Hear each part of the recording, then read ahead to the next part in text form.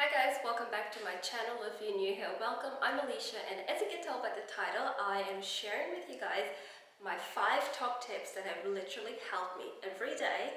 Now, before I get into these tips, if you're a young mom or you've just given birth or you have little toddlers, little ones below the age of 5 or 6, please don't stress out about cleaning. When I had children that age, it was a lot harder and things just had to wait, and that's okay.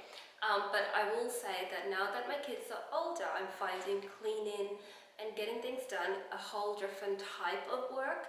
So yeah, if you're a young mom, please don't put pressure on yourself to clean and stay on top. And guys, we live with like 5 kids. Your house is gonna get dirty, unfortunately. These are tips that help me literally stay on top of things. So if you're interested, keep watching, and I'll share my tip that I swear by right at the end. So keep watching. Tip number 1 is do it straight away. And I know this sounds so easy, nothing groundbreaking here. You've all heard it before. Literally, I have been implementing this in my children. So my boys, we've got 5 boys between the age of 16 and 9, and I remind them to do it straight away, and the mess has been less. So if they pull out a box of Lego and they're done with it, I'm like, okay, you're done now. Put that away before you start a new game or go into computer games or whatever you're doing. Do it straight away. I find that helpful for myself because I can walk through the door with just stuff and just have a habit of placing things everywhere.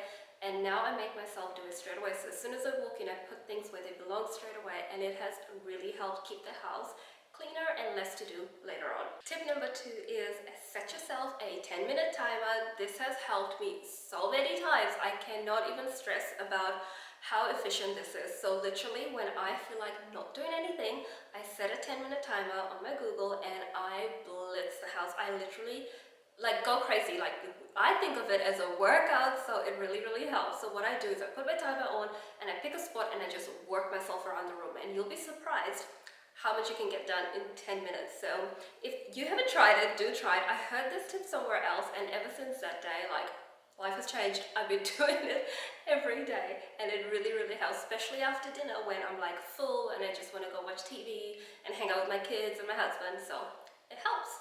Number 3, again, something you have heard before, is get help.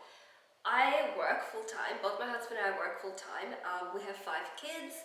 Each kid has something different going on. I try to keep the house clean, cook dinner, have a social life, drink enough water, all of this stuff. I can't do it all. So I've realized over the time, and I'm the type of person that does not like asking for help. So over the years, I've realized I need help, and guess who do I ask? My husband and my children, and I get them involved. I definitely learned the hard way when I was completely burnt out and just lost all my joy from cooking and doing anything, and I was like, you know what, I need help. So if you're feeling you get into the point where you're doing everything on your own, you'll be surprised. Just ask for help, even if it's like the littlest thing. So in our house, our boys do all the bins, so they take the rubbish out. We have 4 toilet and bathroom in this house, and the boys help me clean it. They're in charge of their downstairs movie room, their bedrooms. They have to vacuum and clean once a week on the weekend. This is their part of their chore list. And as the boys have gotten older, I've been trusting them with more and more things, showing them how to use the washing machine, the dishwasher, the dryer. And there are times where I'm really busy or I go out on a Saturday. I don't even have to tell my older boys. They literally bring their laundry up, chuck it in the wash, and hang it out. And no matter what age, when my boys were younger, I used to get them to help me pick up their toys. So I just used to make it a game and be like, let's see how much toys we can pick up. And we'll literally just pick up all the toys, and it's fun. And on a Saturday, normally the boys do know that, yep, we've got to do our chores before we can go play outside, play with the neighbors, or go have screen time. So yeah, 4th tip is something really simple that I have found really works for me on the days where I just do not feel like getting up. I heard this on a podcast recently. It literally was talking about the psychology about how your brain will talk you out of doing something. So basically, if you say, for instance, I want to work out, and I count down because I'm in bed in the morning, and that's the only time I can work out is if I wake up early before I start work and before the kids get up. So I literally go 5, 4, 3, 2, 1, and I get up. And I know this sounds a bit silly, but literally it has helped, especially when we've had dinner. The kids are making their lunches for school, and I've done the mistake of sitting down on the couch behind me, Biggest mistake ever, you know what I mean? And it's like, oh, do I really need to get up and clean? And this is when I just go, I do a countdown in my head and I get up and go. And that's when I set my timer on, and literally, once it's done, it's like the best feeling ever. Now my tip number 5, which is literally a tip that my mom told me when I was growing up, and when I was moving out of my house, she told me this tip and it has changed my life. I've always stuck by it and it has helped so much. So this is for those people that if you have a lounge and open space living area, right? I think most houses do these days. Try and keep that area clean. Now I know that's hard, but hear me out. I'm going to try and explain this.